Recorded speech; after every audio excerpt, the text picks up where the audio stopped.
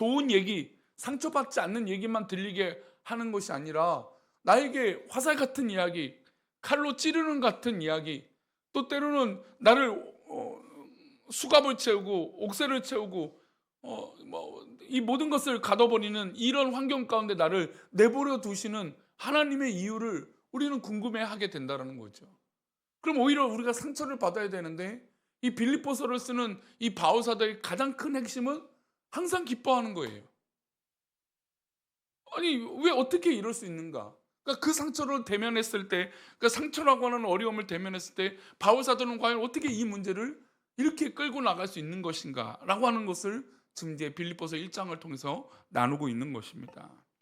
오늘 빌립보서 1장 10절은 이렇게 얘기합니다. 너희로 지극히 선한 것을 분별하며 라고 하는 말씀으로 쭉 이어지죠. 우리가 상처와 또 어려움과 고난과 또 때로는 이것이 사단이 우리를 유혹하는 건지 아니면 하나님께서 나에게 시험하시는 것인지 이거 구별해야 되잖아요. 그렇죠? 아니면 내가 자초해서 벌린 일인지 이걸 구별해야 돼요. 안 그러면 이 모든 것이 이게 하나님의 시험인지 마귀가 나에게 유혹을 하는 건지 아니면 내가 스스로 넘어지고 있는 것인지 이걸 모르니까 분별하지 않으니까 그 이 상처가 더 커지게 된다는 것이죠. 그래서 빌립보서의 이 말씀을 통해서 바울 사도는 구별하는 것이 굉장히 중요하다라는 말씀을 시작하고 있는 것입니다. 전쟁이 나면 실제로 뭘 살펴야 될까요? 전쟁이 난다고 했으면 전쟁이 났다 하면 이 사람이 아군인지 적군인지 구별하는 게 굉장히 중요합니다. 물론 지금도 우리나라도 사단이 있잖아요. 군대 사단이 있어요. 사단에 보면 뭐가 있는지 아십니까? 사실은 우리가 군 사단 마크가 있다고 생각하는데 이거보다 더 중요한 건 사단 깃발이 중요합니다. 그러니까 그 부대에 속한 군인들이 그 깃발을 보고 아 우리 사단 우리 군인 물론 당연히 태극기가 먼저 걸리겠죠. 국기가 먼저 걸리고 그 다음에 자기가 속한 이 사단의 이 깃발을 보고 아 우리 사단 우리 부대가 여기 있구나라고 하는 것을 알게 되는 겁니다. 근데 실제로 예전에 한번 얘기 들은 적 있지만 전쟁에서 뭐 그냥 서로 적과 적이 싸워서 죽이는 경우도 있지만 어디서 잘못 쏴서 죽는 경우들이 있을까요? 아군을 쏴서 죽이는 경우들이 있어요. 왜냐하면 무서워서 막 총을 제대로 못 쏘고 막 이렇게 쏘는 거예요. 그러다가 여기에 적 방향인지 우리 편인지 모르고 막 쏘는 거죠. 실제로 그렇게 해서 이 적군인지 아군인지 몰라서 죽는 경우들이 허다한 경우도 있어요. 그래서 이 시체를 보게 되면 총알을 맞은 방향이 있잖아요. 근데 그래서 보면 앞에서 맞는 게 아니라 뒤에서 맞는 거죠. 그러니까 이게 누가 쏘냐면 아군이 쏴서 죽는 거죠. 이런 일들이 허다하게 있다라는 겁니다. 저녁에 보통 이 군인들이 구별하기 위해서 뭘 하냐면 암구호라는 게 있어요. 예를 들어서 뭐 교회라고 하면 뭐 우리 이렇게 대답을 해야 돼요. 그러니까 두 글자로 된 이 두 자로 된 단어로 묻고 답을 해야 돼요. 이게 암구호거든요. 군대에서 이 암구호는 매일 저녁에 바뀌어요. 그리고 그 다음날 이 새벽과 밤에 근무를 설 때 암구호를 물어서 이 사람이 우리 편인지 우리 부대원인지 물어봐서 확인하는 것이죠. 제가 이제 군 생활을 할 때 이제 대간첩 작전이라는 것이 펼쳐진 적이 있습니다. 실제로 간첩이 내려왔다 해서 특공대, 특수부대들이 다 비상이 걸렸어요. 그러니까 저희 부대도 이제 걸려서 이제 이 다른 이 지역에서 살게 됐습니다. 근데 제가 한 다리 건너서 아는 이 병사가 후임이었는데 이제 그날 이 보초를 잘 써야 돼요. 근데 실제로요 진짜 긴장감이 넘쳐요. 왜냐하면 우리가 보통 생각할 때 간첩은 어떻습니까? 훈련이 잘 되었을까요? 안 되었을까요? 우리도 훈련을 많이 했다고 하지만 이놈들은 상상할 수 없는 거예요. 그래서 실제로 저도 간첩이 내려간다는 첩보를 듣고 비상이 걸렸는데 이 육공이라고 하는 군대 이 차를 타고 가는데 긴장이 막 그때는 이제 진짜 장난이 아닌 거죠. 그래서 뭐 부대원들도 막 날카로워지고 뭐 이제 진짜 날카로우니까 욕이 난무하고 막 그래요. 막 그래서 뭐 그런 긴장감 속에 갔는데 부대장이 딱 오면서 이제부터는 암고 틀리면 너네 죽을 수 있다라는 거예요. 왜냐면 밤에 다니다가 암고 말했는데 묻는데 대답 안 하면 뭐예요? 간첩인 거예요. 근데도 긴장하니까 계속 10번씩 몇 번씩 수십 번씩 묻고 외우고 계속 그 긴장을 합니다. 근데 인제 실제로 인제 우리 부대장이 인제 대단장이었는데 그때 집사님이셨어요. 인제 그분이 이제 우리 안수 집사님인데 저를 인제 말년에 교회 생활을 하셨던 분이 그분이 인제 이 순찰을 도운 거죠. 근데 밤에 암고를 이게 딱 댔는데 묻지 않는 그러니까 뭐라고 하냐면 이제 이렇게 얘기하죠. 보초를 쓰는 군인이 이제 저기 사람이 오니까 암고를 딱 댔어요. 근데 이 부대장이 뭐라 "나 대대장이야." 그런 거예요. 그랬더니 이 보초들이 어떻게 했을까요? 격리를 한 거죠. 충성, 충성. 그 사람들 어떻게 됐을까요? 그다음 날 인제 완전 군장 싸고 뺑뺑이 돌았어요. 부대장이라도 열어주면 돼요, 안 돼요? 안 되죠. 근데 암고를 대야 돼요. 근데 제가 한 달에 걸어서 안 났던 그 이제 후임이라고 알고 있던 그 사람이 암고를 댔는데 암고 안 되면 뭐 쏘겠다 이런 게 뭐 정확한 대사는 제가 잘 모르겠지만 이렇게 한 거예요. 경고 사격을 하겠다 한 거예요. 근데 이걸 보통 3번을 하는 거죠. 2번, 세 번째 하니까 대대장이 암고를 딱 댄 거죠. 그리고 그 사람은 이 간첩 작전인데 딱 끝나자마자 14박 15일. 그러니까 군대에서 제일 긴 휴가가 지금은 이제 9박 10일 이하인데 좀 군생활이 줄었으니까 저 때는 우리 장로님들은 몇 박 며칠 하셨습니까? 저 때는 이제 14박 15일이 가장 많이 붙일 수 있는 휴가였어요. 그 휴가를 딱 떠나더라고요. 이게 군대에서 연병장을 걸어가는데 막 손을 흔들면서 자랑스럽게 얼마나 부러웠는지 15일이면 뭐 얼마나 깁니까? 그 휴가를 가더라고요. 그러니까 그만큼 적군과 아군을 구별하는 게 그만큼 중요해요.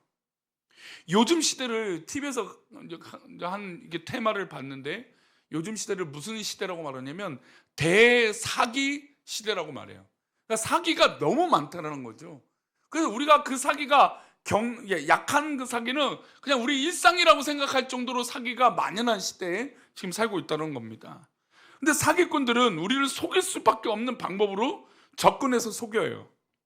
최근에 한 달 전인가 저희 교회에 우편물이 하나 왔습니다. 그래서 어떤 법무사예요.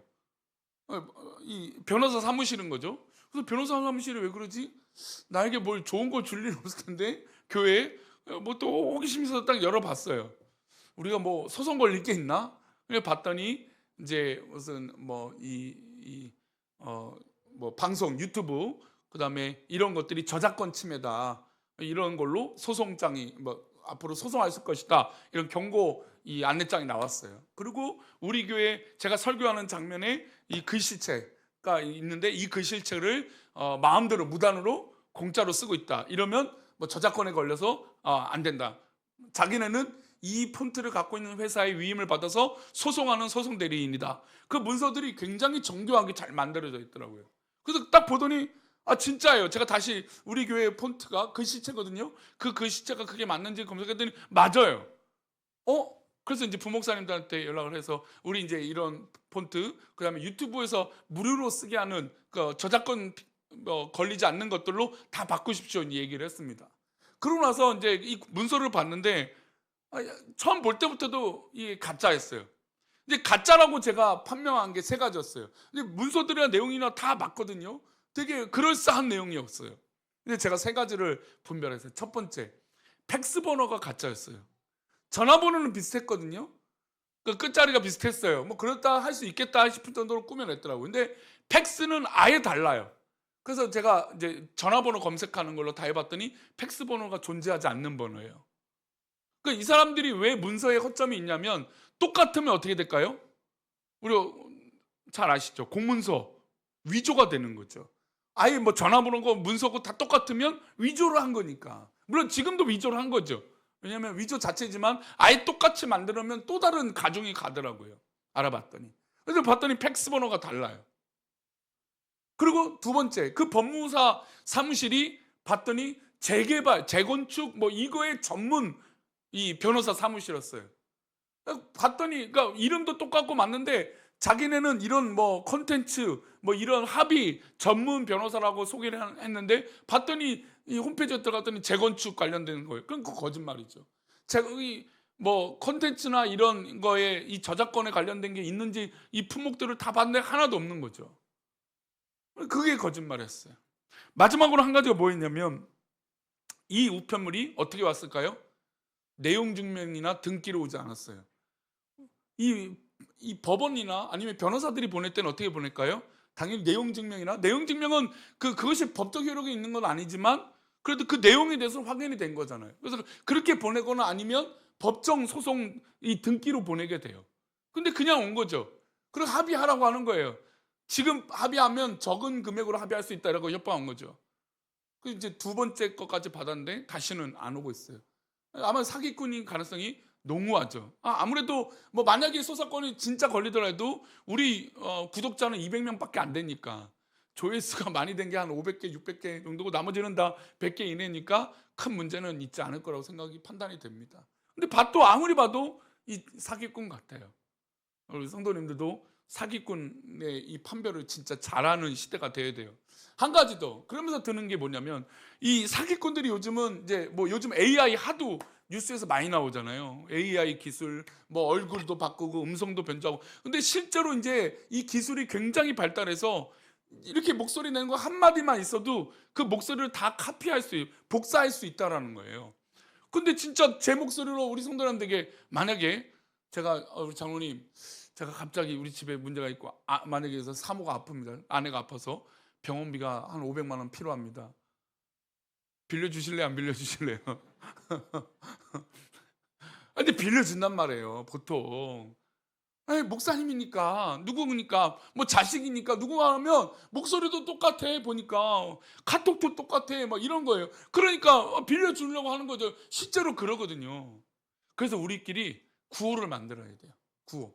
근데 이게요, 구호를 만들 때 정답을 맞추는 것보다 틀린 걸 구호로 맞추는 게 좋대요. 야, 우리 교회 목사님이 박인수지? 이렇게 말하는 거예요. 그럼 그쪽에서 그래 맞아 우리 목사님이야 이러면 맞아요, 틀린 거예요? 사기꾼이에요? 사기꾼이에요. 맞는 걸로 얘기하면 그쪽도 그런가 보다 대답을 한다는 거죠. 근데 아닌 걸로 얘기해놓고 딱 흘러가면 그 사람들이 맞는지 안 맞는지 모르니까 그래라고 한다는 거죠. 그래서 우리 교회에 이제 어떤 뭐 이제 의심스러운 전화가 왔어요. 그러면 하다가 이제 그런 얘기를 하는 거예요. 우리 교회 목사님 이름 누구라고요? 제 성을 바꿔버리세요. 성을 바꿔버리세요. 아니면 이정현으로 바꿔버리세요. 아내랑 이름을 섞어서. 그러면 그 사기꾼이 전화하고 그런가 맞아 그 목사님한테 말해야지 그렇게 한단 말이죠.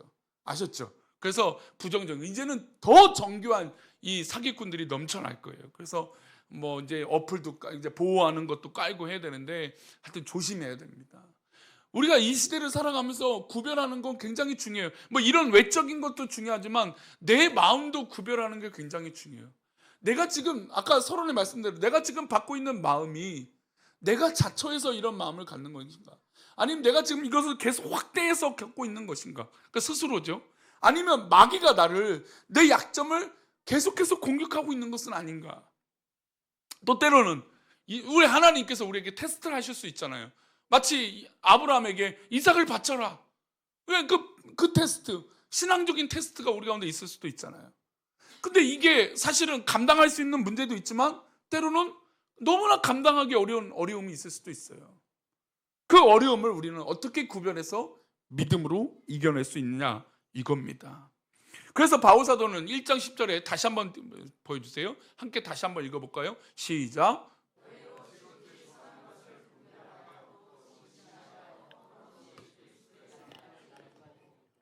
지극히 선한 것을 분별하라고 말씀하고 있어요. 그리고 그 분별하는 것을 어느 날까지 하라고 말씀하고 있습니까? 그리스도가 다시 오는 그날까지예요. 그러면 그날까지는 거 예수님 다시 재림하신 그 날까지인데 그 날까지는 우리의 일생을 다하도록 선한 것을 구별하라는 것입니다.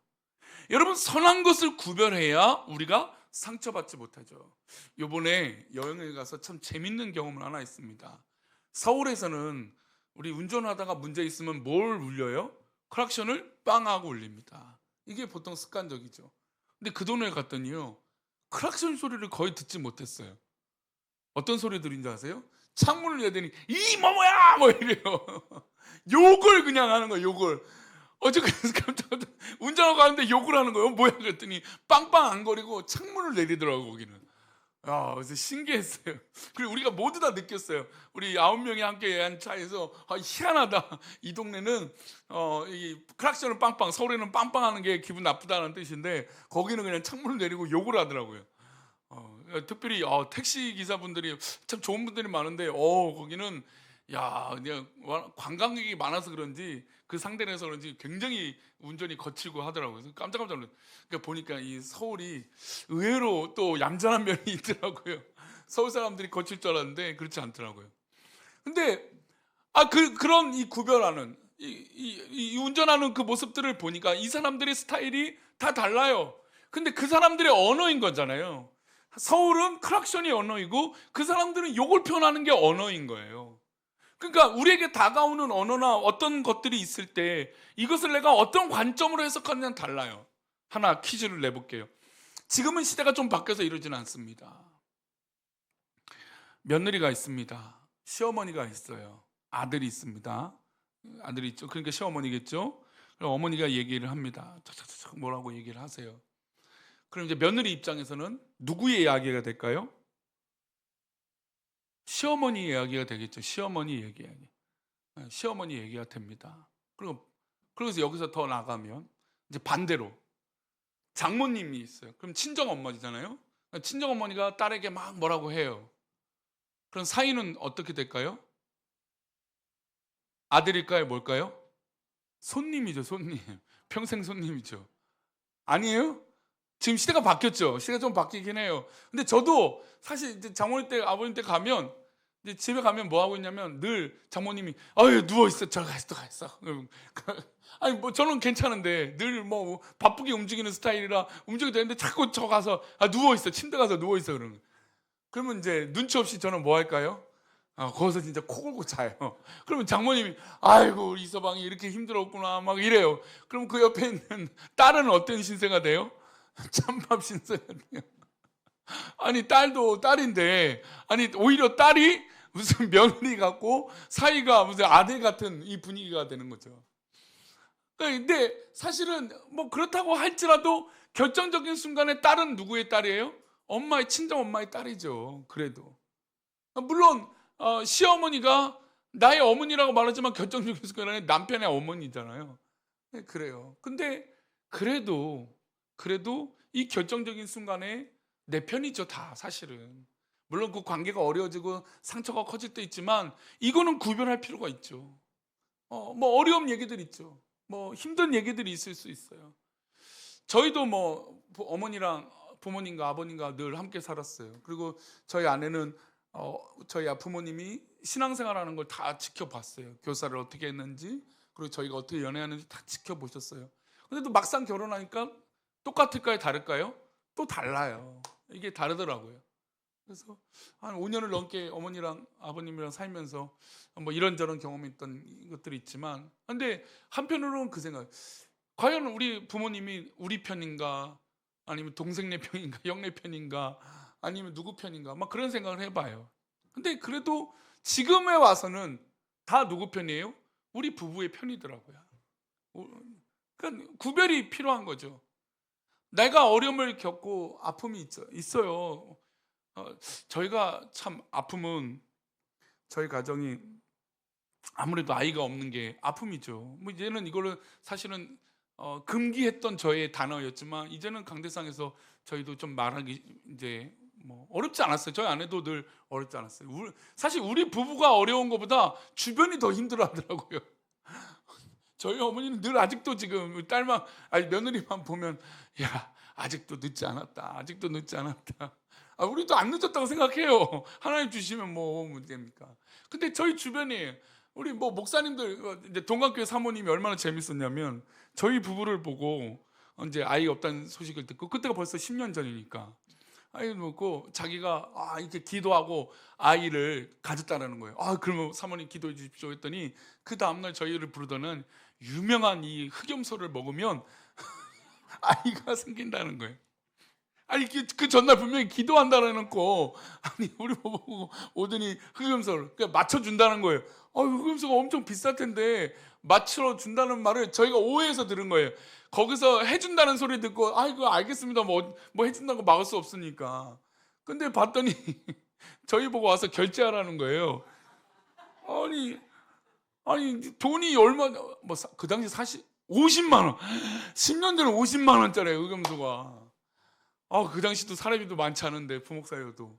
근데 그 50만 원을 결제하라는 거, 그것도 원래 80만 원, 100만 원짜리인데 사모님이 소개했기 때문에 50만 원이라는 거예요. 이거를 정말 처음 부임한 지도 얼마 안 돼갖고 이걸 또 뭐 아닙니다, 뭐 못합니다, 전 돈 없습니다 이럴 수도 없고, 그래서 뭐 어떻게든 비상금인가요? 다 털어서 기억도 안 나지만 냈어요만. 내고 아내가 그걸 억지로, 또 비싼 돈이니까 사실 그런 거 한약을 잘 안 먹는, 뭐 먹으면 건강으로 잘 먹지만 일부러 그게 막 마치 맹신처럼 먹어야 되는 그런 게 아니어서. 근데 또 사모님이 그렇게까지 하는데, 에이 그래, 그냥 순종하는 마음으로 아내가 꾹꾹 아침 점심 저녁으로 다 먹더라고요. 그래도 하나님 허락하시지 않으니까 안 돼요. 근데 주변에서 계속 염려하는 거예요. 걱정하는 거예요. 근데 저희는 사실 하나님 기도하게 하시니까 아무렇지도 않죠. 근데 맨 처음 그 단어를 듣는 데는 쉬울까요, 어려울까요? 저희 부부도 어려웠어요. 저희 부부의 문제가 아닌데도 불구하고 계속 그 단어가 어려운 거죠. 왜? 우리 지금 기도하고 있고 하나님 뜻을 믿고 있는데, 게다가 우리는 믿음의 사람들이잖아요. 그렇죠? 믿음의 사람들이면 누가 결정해 주셔야 돼? 이 생명권을? 하나님이 하셔야 되는 거예요. 근데 믿음의 사람들이 흑염소를 먹어야 낫고 어느 유명한 병원을 가야 애가 생기고, 물론 그런 노력들을 하는 건 맞죠. 우리가 노력 안 하는 게 아니죠. 노력할 건 다 하죠.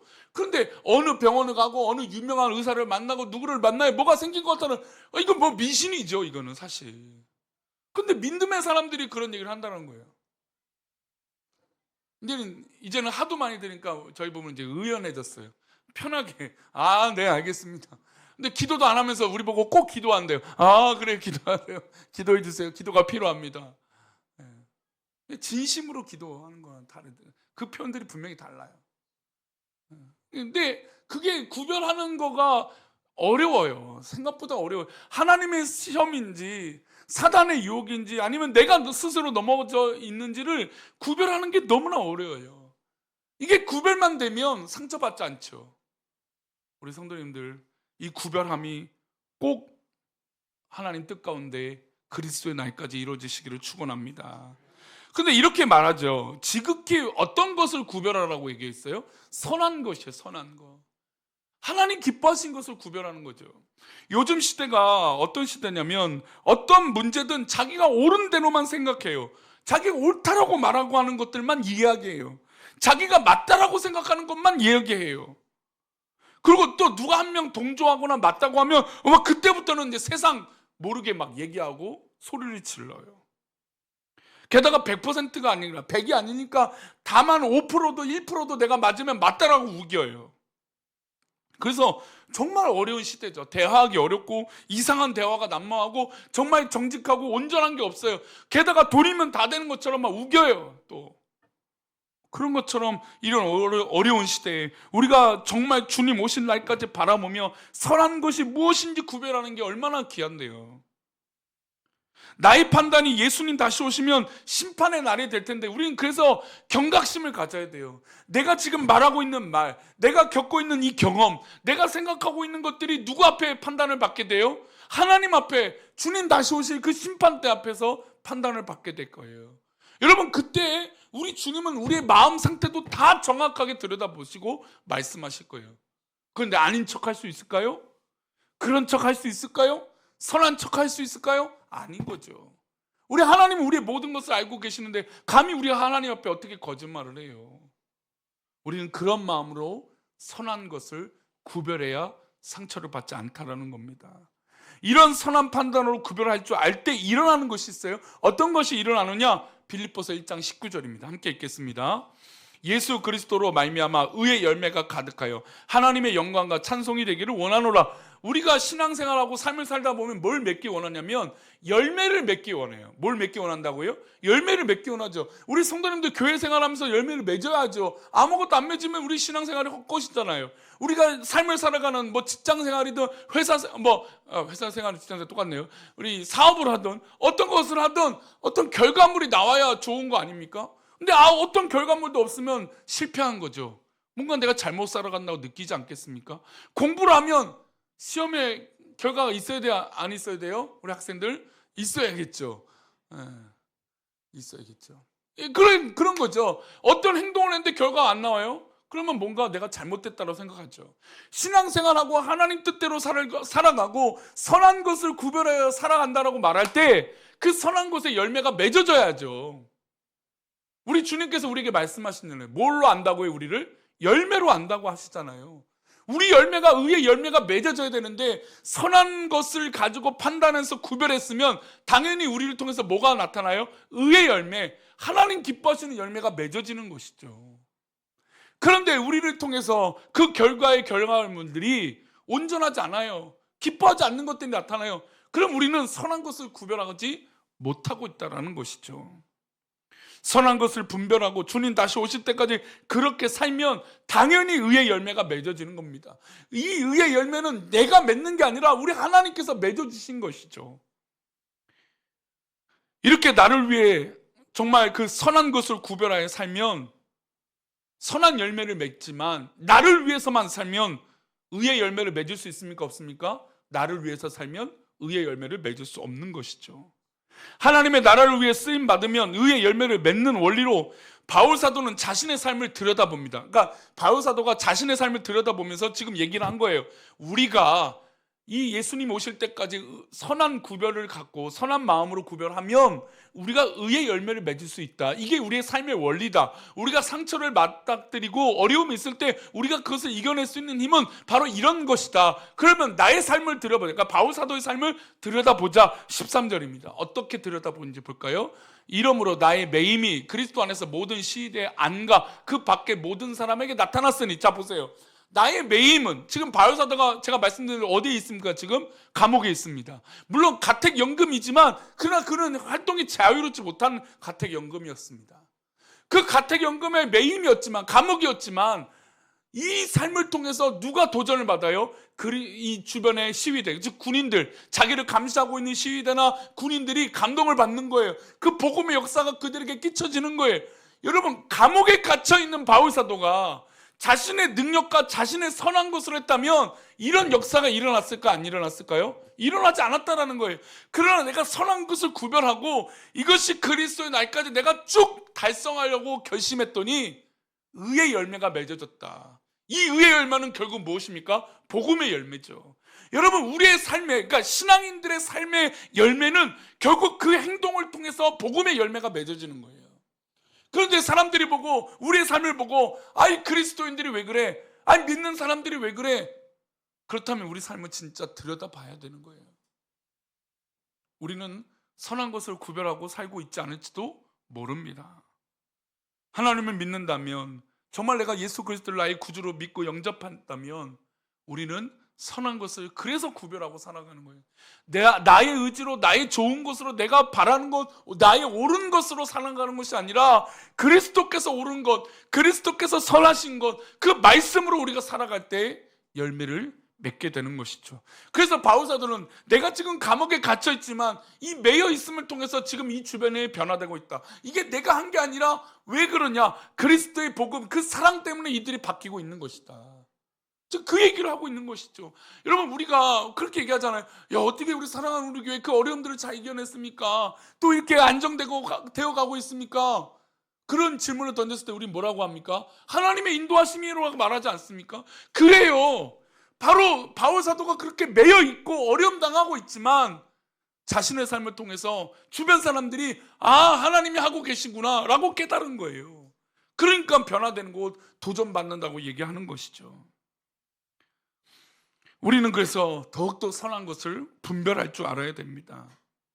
또한 바울 사도는 여기서 멈추지 않습니다. 우리 14절 말씀인데요, 함께 읽겠습니다.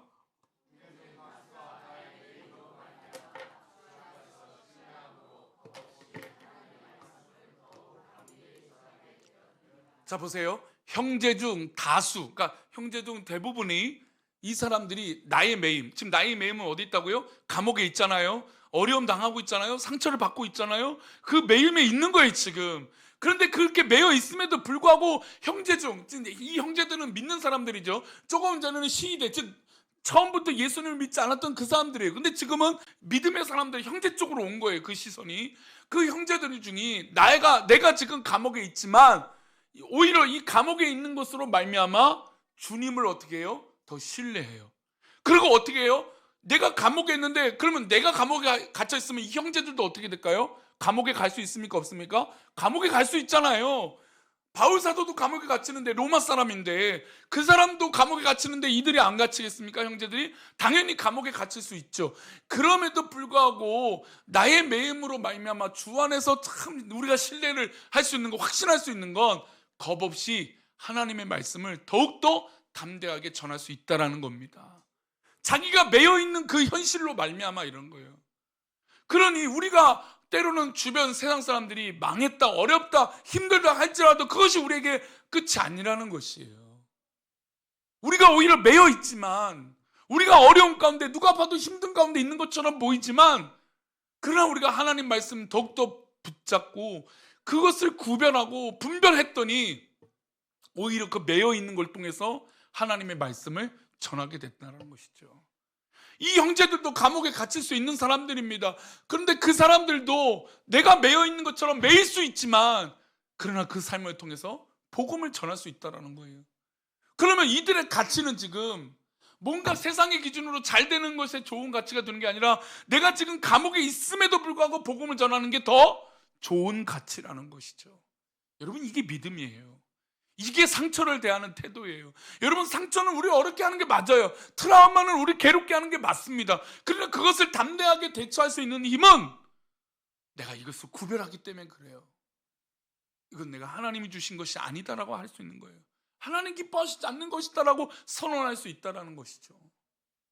하나님 기뻐하시는 거라면 만약에 매여 있어도 감사할 수 있는 것이죠. 여러분, 이게 신앙 아닙니까? 우리는 상처를 받으면, 트라우마가 생기면 위축됩니다. 그리고 피하고 싶습니다. 당연히 그렇죠.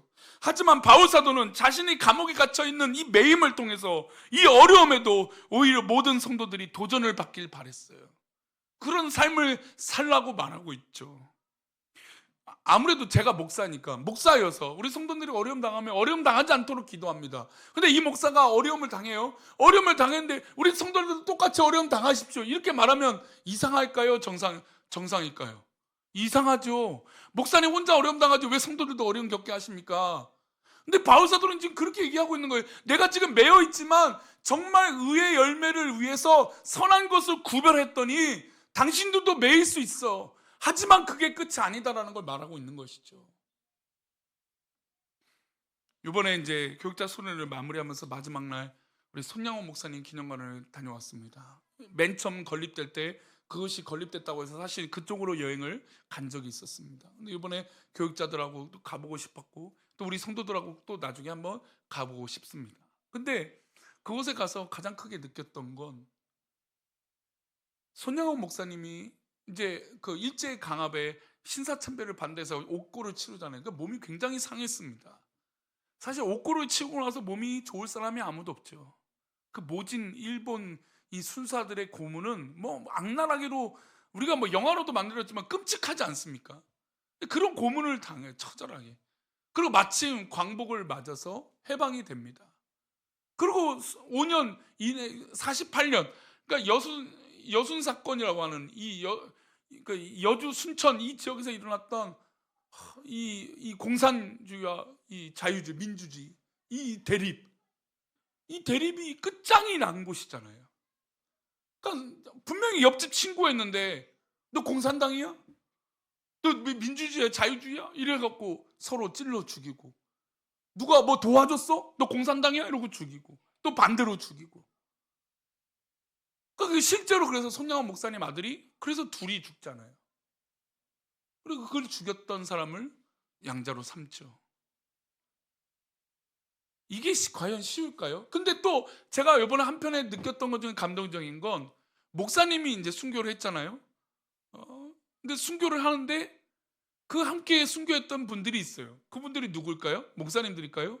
아니었어요. 장로님과 성도님들이셨어요. 그 동상들이 세워졌는데 이제 말이 많죠. 기독교에서 그러니까 동상처럼 만들지 않지만 무슨 팻말처럼 만들어 놨어요. 근데 기독교 우리 개신교 우리 보수 쪽 우리 교단에서는 이 동상 형상화를 한다는 것 자체를 금지하니까, 거의 금기시하니까, 그래서 그냥 동전처럼 주화처럼 만들어 놨더라고요.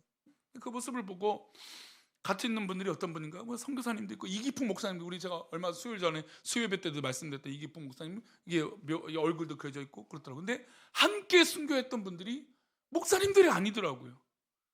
장로님들, 성도님들이에요. 그 모습을 보고, 야, 이들이 과연 무엇을 위해서 이렇게 순교를 했는가, 죽음을 당했는가. 아마 지금 시대에 우리 함께 복음을 위해서 죽읍시다, 목사님 혼자 죽으세요, 아니에요. 이건 솔직히 좀 뜬구름 같은 얘기죠. 목사도 그러지 않을 것 같아요. 솔직한 시대가 그래요. 여러분, 우리가 과연 뭐 때문에 지금 신앙생활을 하는지 놓치지 마십시오. 그래야 구별할 수 있는 거예요. 우리가 왜 신앙생활을 하고 있는데요? 왜 우리가 남들과 다르게 살고 있는데요? 왜 내가 신앙에 붙잡고 왜 내가 구별하고 살고 있는데요? 그걸 내 스스로가 답이 있어야 되지 않겠습니까? 우리가 누구 때문에, 누구 말 때문에, 누구 상황 때문에, 어떤 형편 때문에, 우리 주어진 형편이 남들과 다르기 때문에 우리가 그것 때문에 신앙생활을 하는 겁니까? 아니죠. 우리는 하나님을 사랑하고 날 위해 죽으신 예수님이 너무나 감사하기 때문에 사는 거 아니에요? 그분이 나를 위해 죽으셨는데 내가 그거 하나 구별하지 못한다면 너무나 부끄러운 거 아닙니까? 그러니 우리 이 금요기도에 오신 성도님들, 선한 것을 구별하십시오. 그리고 또 구별하십시오. 그러면 의의 열매가 우리 성도들 가운데 맺혀질 줄 믿습니다. 우리 그런 마음으로 우리 은혜를 찬양하겠습니다.